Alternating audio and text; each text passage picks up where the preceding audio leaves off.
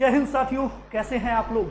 उम्मीद करता हूं स्वस्थ होंगे, मस्त होंगे और अपने अध्ययन और अध्यापन के कार्यों में आप सभी लगे होंगे। तो काफ़ी बच्चों ने मुझे कमेंट कर ये बताया कि सर आज की सुनवाई तो समाप्त हो गई। तो बच्चा ये तो मैंने पहले ही आपको बताया था कि 27 अप्रैल को जब रोहित वर्मा केस की सुनवाई होगी, 76, 63, 30, 11 में जो फाइल लगी हुई है उसे ले जाना है वापस। और आज हुआ वही, केस वापस हो गया, यानी कि केस पूरी तरह से हो गया डिस्पोज। अब आज की सुनवाई तो समाप्त हो गई, अब इसके बाद की रणनीति क्या होगी। तो इसके बाद की रणनीति मैं आपको पहले भी अपने वीडियोस में बता चुका हूं बच्चा, कि आगे की रणनीति यही है।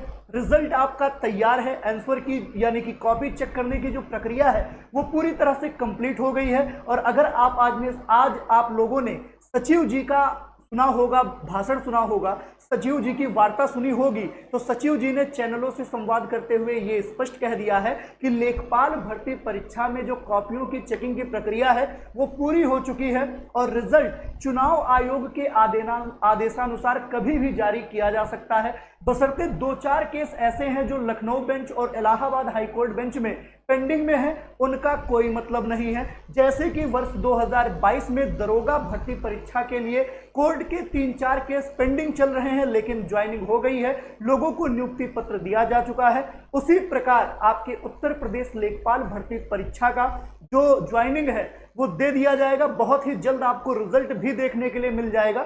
बस आप बहुत ज्यादा नहीं, 2 से 3 दिन रुकिए, आयोग की तरफ से कोई ना कोई स्पष्टीकरण अपने वेबसाइट पर उपलब्ध करा दिया जाएगा। और मुझे आशा है कि मैंने जितनी भी बातें अभी तक बताई हैं आपके सामने वो सब 100% सही हुई हैं। मुझे ये फर्क, इस बात का फर्क नहीं पड़ता कि लोग मेरे ही वीडियोस को कॉपी करके अपने चैनलों पर वीडियो डाल रहे हैं या अपने टेलीग्राम ग्रुप में मेरी आलोचना कर रहे हैं, इस बात का मुझ पर कोई असर नहीं पड़ता।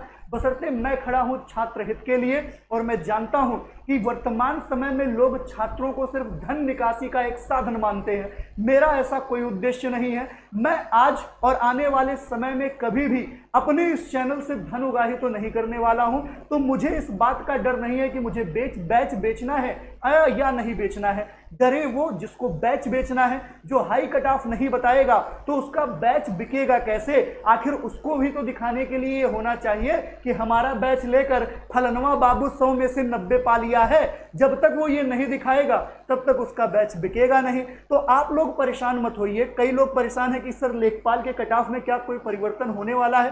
तो बच्चा 75 number general final cut off है, इसमें कोई भी दुराय नहीं है।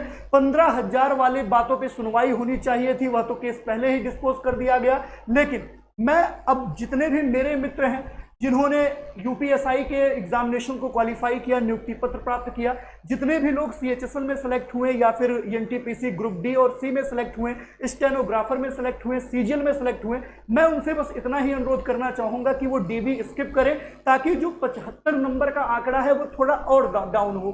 क्योंकि जब ये सिलेक्टेड कैंडिडेट अपने अंकों या अपने डीबी को स्किप करेंगे तो कहीं ना कहीं दूसरी लिस्ट जारी होने की संभावना पूरी है। और जब दूसरी लिस्ट जारी होगी तो जिन बच्चों का 1 नंबर या 2 नंबर से चयन रुक रहा है उनको भी मौका मिलेगा लेखपाल बनने का। पद कम नहीं है, पदों की संख्या है बच्चा 8085, जो कि बहुत है।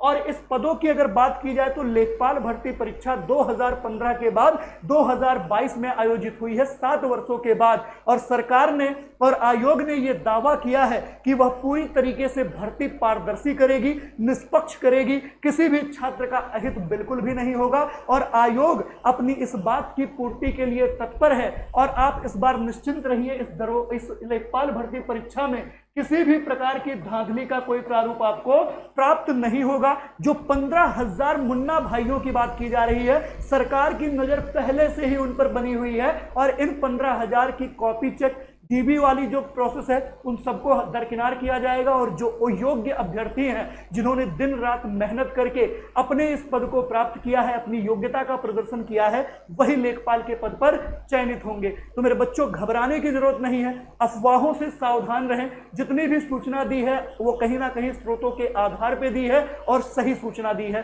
तो जितना कट ऑफ है, अगर आप उसके दरमियान हैं, कट ऑफ वाली वीडियो आप लोग फिर से एक बार देख सकते हैं। वो मैं लिंक डिस्क्रिप्शन में डाल दूंगा। बशर्ते मैं ये आपसे कहना चाहूंगा कि अगर आप कट ऑफ के रेंज में हैं तो किसी के भी बहकावे में मत आए। कोई कुछ भी कह रहा है बेअसर रहिए, क्योंकि आप जानते हैं जब हाथी चलती है कुत्ते भौंकते रहते हैं, तो हाथी कुत्तों से नहीं भिड़ती, वह चुपचाप आगे बढ़ जाती है। आपको भी यही प्रारूप अपनाना है, अपना सरल लहजा अपने साथ लेकर आगे बढ़ते जाइए। कोई अपना बैच बेचने के लिए क्या बता रहा है इससे कोई फर्क नहीं पड़ता है, क्योंकि मेहनत आपने किया है तो सफलता पर अधिकार भी आपका ही होगा। यह मेरा विश्वास है और मैं चाहता हूं इस विश्वास को आप अपने हृदय में भी जगाए रखिए। और साथ ही कुछ बच्चों ने वीडियो री एग्जाम डेट की बात की है कि सर वीडियो का री एग्जाम कब हो सकता है। तो बच्चा, अगर कोई अड़चन नहीं आई, यानी कि जो आयोग ने एक संभावित तिथि बता दी है कि 17 और 18 जून, अगर कोई अड़चन बीच में नहीं आई, कोई अन्य प्रतियोगी परीक्षा इस दरमियान नहीं पहुंचा, तो 17 और 18 जून के 2 शिफ्टों में आपके पेपर का आयोजन करा लिया जाएगा। लेकिन अगर कोई अड़चन आती है 17 और 18 जून के पेपर में, तो ये 9 जुलाई को पेपर आयोजित कराया जा सकता है।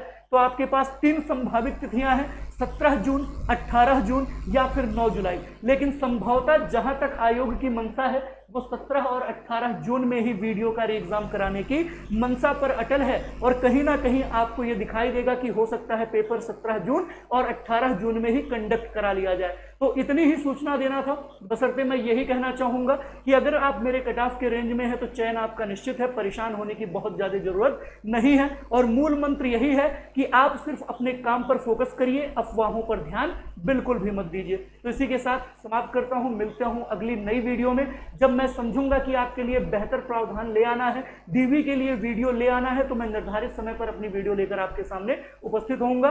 तब तक के लिए जय हिंद, जय भारत, खुश रहिए, मस्त रहिए।